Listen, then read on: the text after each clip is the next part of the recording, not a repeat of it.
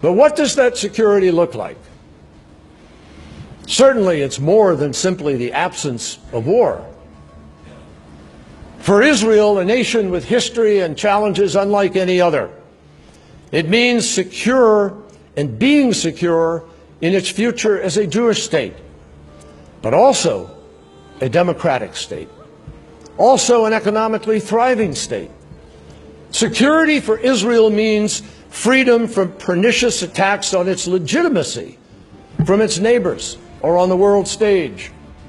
Security for Israel grows with the empowerment of moderates in the West Bank and Gaza and throughout the region so that extremists are isolated rather than promoted and empowered. And lasting security for Israel requires regional stability and open markets that will let Israelis concentrate on building up their businesses and not just their defenses. You and I both know that the place where all of this happens best is in a strong, secure Israel that lives peacefully alongside a viable Palestinian state. I will tell you here today, examine every possibility, all of the parameters of this conflict, this frozen conflict.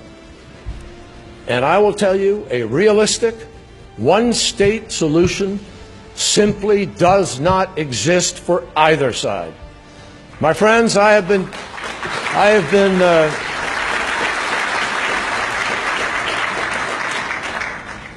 traveling to Israel as Secretary of State now for just the last 3 months.